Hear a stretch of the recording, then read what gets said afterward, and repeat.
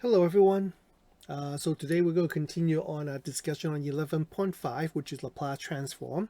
So yesterday's last video, we get to define what is the Laplace transform, and we actually prove or demonstrate three different properties of Laplace transform. The first is what does it do? What is the Laplace transform for an exponential function, e to the at?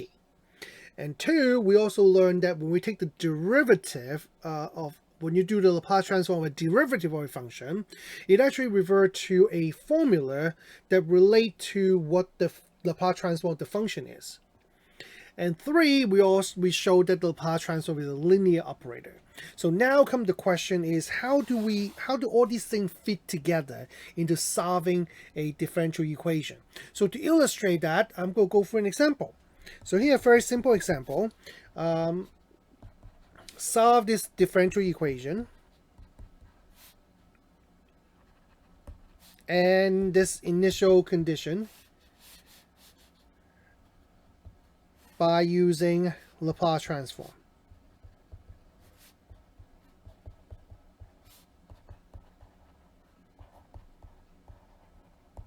Now, if you look at this equation right here, and you probably realize that, okay, that's a very easy differential equation. There's really no reason to actually use Laplace transform to do this problem, because that would require a lot more work. I mean, it's a homogeneous equation, so therefore it should be extremely easy to do. It's constant coefficient. I would hope that everyone look at this video can tell me the answer to this differential equation in about 12 seconds. Because you can immediately look at this equation and know what the characteristic root is, and therefore know what the solution is, and then you can just simply plug in 0 to find the constant of integration and have an answer. And it definitely should not take you more than 12, 13, 15 seconds to do that in your head. And if you cannot do that fast, you really need to work on finding solution to a homogeneous equation with constant coefficient, because otherwise you're not going to be able to finish a lot of the questions that we're going to be doing. Okay, so but let's go through the process, and then we can definitely check our answer afterward. So how do we actually use this to solve for the solution using Laplace transform? So this is how. We're going to start with our equation. Okay, what we're going to do is we're going to apply Laplace transform to this entire equation.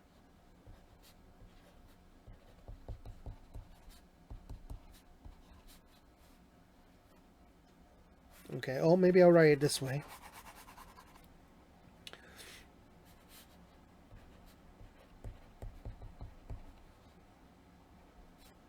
Yeah.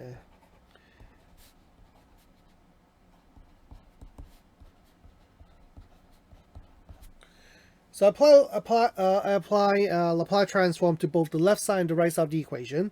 It shouldn't come as a surprise that Laplace transform 0 is simply just 0, because you're essentially doing an improper integral of 0.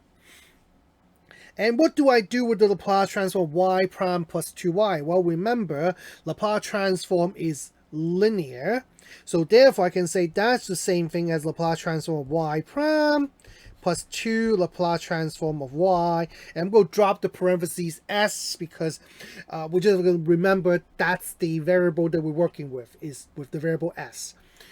And I'm not going to keep bother writing it or every single step, because, you know, mathematicians hate to write. So now comes the question, what do I do with this? Well, I do know how to deal with Laplace transform of unknown function derivative, because we did that right here. See this formula? So instead of just using f, I'm going to use y instead. So therefore, tell me that this thing right here would equal to negative y of 0 plus s Laplace transform of y. And then still have the 2 Laplace transform of y right here. Lucky for us, we were given what is the y of 0. So therefore, I'm going to go and plug that in. That will be negative 3. Both of these next two terms have Laplace transform in it. So I'm going to just factor them out.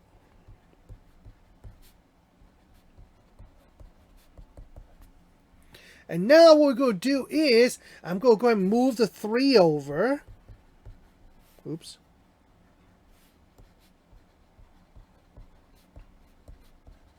And then go and divide it by s over 2. And now what I come up with is this thing. Right here. That is basically what we always try to do when we apply Laplace transform to solve a differential equation, is to eventually come up with what is the Laplace transform of the unknown function y. And now that we know this unknown function is 3 over s minus 2, now comes the question. Oh, sorry, plus 2. I don't know where I put the minus from.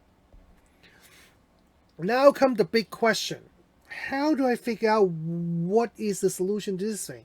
Well, let me call to your attention the following things. Okay? Is this, we do know Laplace transform of e to the at is equal to 1 over s minus a. And notice what we have here is the following. I can say that this is equal to basically 3 multiplied by 1 over s minus negative 2. So now compare that to the formula given. I can say, well, that kind of tell me that y must equal to 3 e to the negative 2t. And that become our solution. Why is there 3 in front of the e to the negative 2t? Because of the 3 right here. And then this negative 2 become whatever the a is, and therefore go right here. And notice that our answer doesn't have an unresolved coefficient because we do have an initial condition, therefore allow us to solve for the constant. So notice that this basically outlined the way we use Laplace transform to solve a differential equation. Is to first apply Laplace transform to the entire equation, and then clean up your equation through algebra. Mostly require you to plug in some kind of initial condition, and then try to isolate the Laplace transform of y. And then once you can do that, you can basically try to use that to reverse engineer your solution. And of course, right now, the only function that we know the Laplace transform of is e to the at. Therefore, imply that most of the solution that we're going to come up with would be kind of e to the at. But eventually, when we learn more about different type of Laplace transform and what the formula would be, then we'll be able to do other solution. As a matter of fact, once again, if you go to Google Classroom and look at the table for Laplace transform, you can see that there are a lot of different functions there that we can use. So we're going to eventually work toward that those functions. So now, the next thing I want to show you is the following. Well, maybe we'll do another example just to see how this works. Okay, let's try another example. And notice that Laplace transform can only be used to solve initial value problem, because we do kind of need to know what is y of 0 equal to. So let's try this one. So this one is also a homogeneous equation.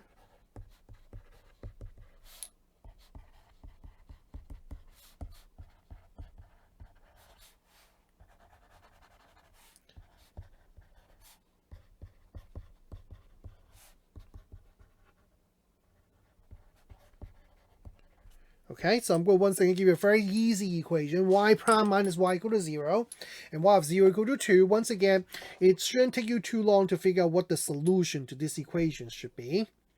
Okay, because you should be able to immediately identify the characteristic roots, and therefore know is c e to some power, and then when you plug in 0, e to whatever power just go away. So therefore, you just basically have this initial condition, which actually I'm going to go and put down this initial condition to be negative 2 instead, because that's what the note is. So I'm going to go and use negative 2. So you should definitely try to mirror what we just did and try to see if you can come up with a solution. and then look back at the video. Okay, but I'm going to just continue. All right, so ready? So here we go. So we'll take the equation. I'm going to apply Laplace transform to this. And then once again, that would mean that we have 0 because Laplace transform of 0 is just 0. And then on this side, we have basically Laplace transform of y prime minus the Laplace transform of y. And now once again is where you have to look up the formula for Laplace transform for y prime. And that would be negative y of 0 plus s Laplace transform of y minus Laplace transform of y equal to 0. Notice the idea here is that whenever you apply Laplace transform, you basically transform y prime, Laplace transform of y prime, into a Laplace transform of y. Therefore, allows you to actually eventually form an equation that only have the Laplace transform of y in it, so they can solve for it. If your equation involves Laplace transform more than just y, then you are not doing it right because you're not cleaning up your equation properly. Okay, so in this case, I'm looking at this. Notice negative y of 0 is negative 2, which is positive 2 plus. And once again, we'll combine these next two terms together into s minus 1 of times Laplace transform of y equal to 0. Move the 2 over and then divide. I have this. So now once again, this is now where you're going to try to figure out what is the solution to this Laplace transform. What should y be, where that would allow me to figure out that the Laplace transform of that is equal to negative 2 over s minus 1. And once again, it's actually pretty simple. It would just be negative 2 e to the 1t.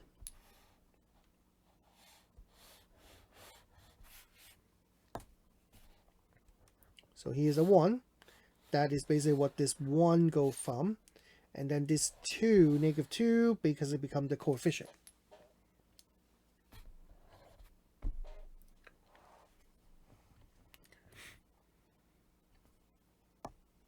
All right. Now, notice that the equation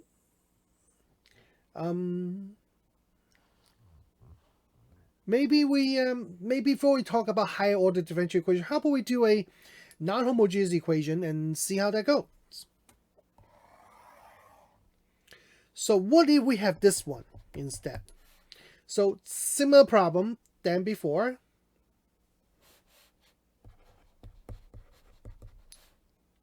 Okay, but this time let's say equal to e to 3x or 3t. How about that?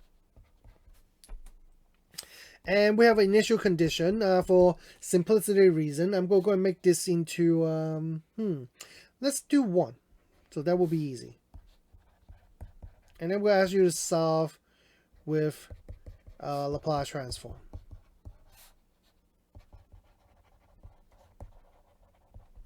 Now, once again, this problem right here can probably be done a lot quicker using undetermined coefficient method or even variable parameter method. But the whole point of Laplace transform is that it doesn't require thinking. It doesn't require analysis. We just basically apply the process and we always do the same thing. And we probably have to look up some formulas. But beyond that, it's pretty much it. There's no analyzing involved. You just go through the process and you get the answers. So we're going to go and do this same way. I'm going to take this equation. I'm going to apply the Laplace transform to both left side and the right side.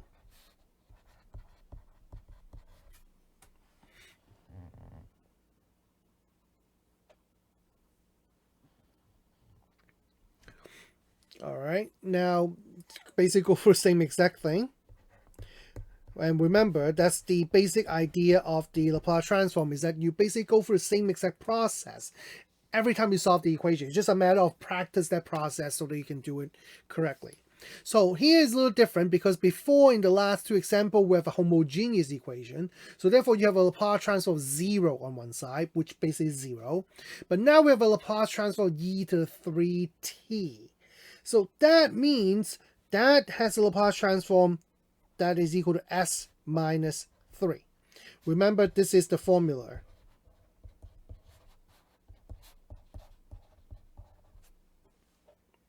Okay. And of course, we also have this formula.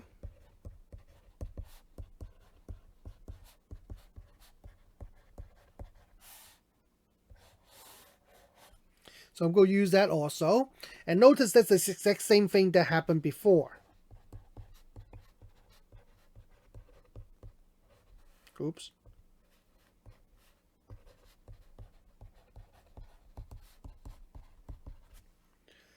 So therefore, negative y of 0 is in this case 1, so we become negative 1.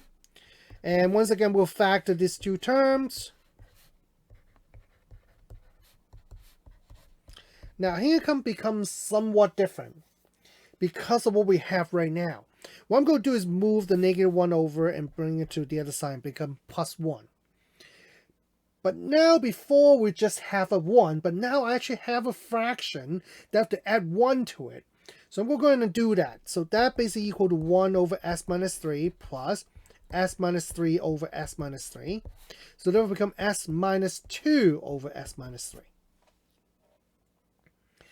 And now if I solve for L Laplace transform of y, I actually have this, s minus 2 over s minus 1, s minus 3. Now that is a problem, because the only formula that I know how to deal with Laplace transform is this formula right here at the top, e to the at. That requires we have the single linear factor on the bottom. If there's a number on top, that's okay. I know how to deal with that, because that just will go in front of our exponential function. But not when you have two linear factors on the bottom. So what do we do now? Well, the way to do that is the following, is to now apply what we call partial fraction decomposition. So you probably remember learning that in BC calculus. Partial fraction decomposition. What we're going to basically try to do is try to break down s minus 2 over s minus 1, s minus 3, and hopefully in some way allow us to then use the Laplace transform to figure out the solution. So this should be a very basic partial fraction decomposition. We will be doing some more difficult partial fraction decomposition eventually as our differential equation become more complicated. So we're going to eventually talk about those, and some of the videos that we're going to be doing in 11.5 will be focusing on doing partial fraction decomposition. But this should be a basic one that hopefully once we start the process you remember what to do.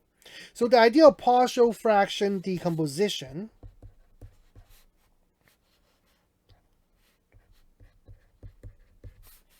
is to basically take one fraction and kind of make it into its sum of its partial fraction. So what does it mean by the sum of its partial fractions?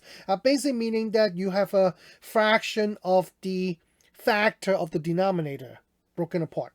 So in this case, this particular fraction has two factors on the bottom, therefore it will break into two partial fractions. And if I combine these two partial fractions together, what I have should be a times s minus 3 plus b times s minus 1. Therefore imply that the numerator s minus 2 must equal to a times s minus 3 plus b times s minus 1. And so now comes the question of how to solve for a and b. The easiest way to do it is the following, is to take advantage that s can be any number. I'm going to go ahead and let s equal to 3. And when I do that, I have 3 minus 2, which is 1, is equal to a times 0 plus b times 2. So therefore, tell me that b must equal to 1/2. And now if I let s equal to 1, then 1 minus 2 is negative 1, would equal to a times 1 minus 3, which is negative 2, plus b times 0. So that would tell me that a is also equal to 1/2. So now we have what we need, because now we know s minus 2 over s minus 1, s minus 3 is actually equal to 1/2 times 1 over s minus 1 plus 1/2 times 1 over s minus 3. So now imply that if I take the Laplace transform of y, and that's actually equal to this thing,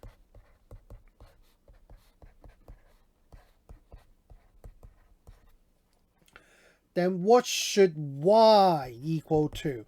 Because of the fact that we have the Laplace transform of y equal to two things, therefore kind of imply that y must have two terms in it. And does that make sense for y to have two terms? Well, it does. Reason, because if you look at this particular equation, we do have a first order differential equation, therefore imply that homogeneous solutions should have one term in it. And because non-homogeneous, it does have the e to the 3x, which is a single function. Therefore imply that we should have one single term in our particular solution. Therefore result in a total of two terms. And by looking at this right now, we should have two terms. Which two terms we have? We have 1/2. 1 over s minus 1 must come from e to the 1t. Plus 1/2. 1 over s minus 3 must come from the function e to the 3t. And so therefore, this is what we know. Now, something interesting I do want to point out. Okay, if this is our equation, okay, we can define our linear operator L. Oh, actually, maybe I'll write this. It's probably not good to use L because we're using L for Laplace transform. So how about I write this? So in differential operator form, that would be what it is. D minus 1 of y equal to e to the 3t. Here comes the big question. What do you think this is equal to? And what do you think this is equal to?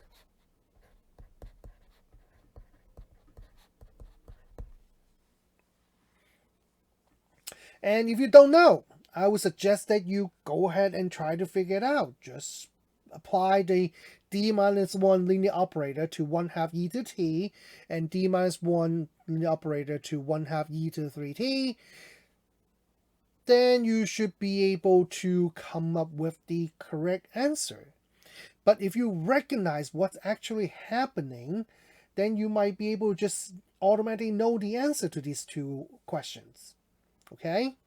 And I'm going to suggest that you pause the video, try to figure it out, and then continue the video so that you understand what's going on. Okay? So, hopefully you now figure it out. What is the first? What is this equal to? Well, this is actually equal to 0. Why? Because I know that 1/2 e to t is the homogeneous solution. How do I know it's a homogeneous solution? Because of the differential operator d minus 1. D minus 1 transform into the characteristic equation r minus 1. Therefore indicate that 1 is our characteristic roots. And therefore our homogeneous solution should be in the form of c e to the 1t, which is exactly what 1/2 e to the 1t look like. So therefore I would know that that has to give me 0, because that's basically the homogeneous solution with the constant c1 being 1/2. Then what happened to this one right here? What is d minus 1 of 1/2 e to the 3t? Because 1/2 e to the 3t is the particular solution to this differential equation. Therefore imply that when I put this particular solution into our differential operator, I should get the function f. Meaning that in this case, if you do it correctly, you should get e to the 3t. So if you already know that answer, that would be great. Because you seem like that would mean that you can understand how everything fit together. If you still don't know that, then you really have to start thinking about it, trying to understand all the intricate connection between each of these things. You have to understand what happened when you find the solution to a differential equation, how the solution work. Okay, how the solution are formed by multiple parts, the homogeneous part and the non-homogeneous and the particular solution part, and how the particular solution part is formed by multiple functions that satisfy the different linear dependent of the function f. Okay, these are all important things that you need to understand. Otherwise, it will make it extremely difficult for you to know how to do a question on your own. So keep that in mind. All right, I think we'll stop right here for today's video and continue on our next video tomorrow. All right, talk to you guys later. Bye bye.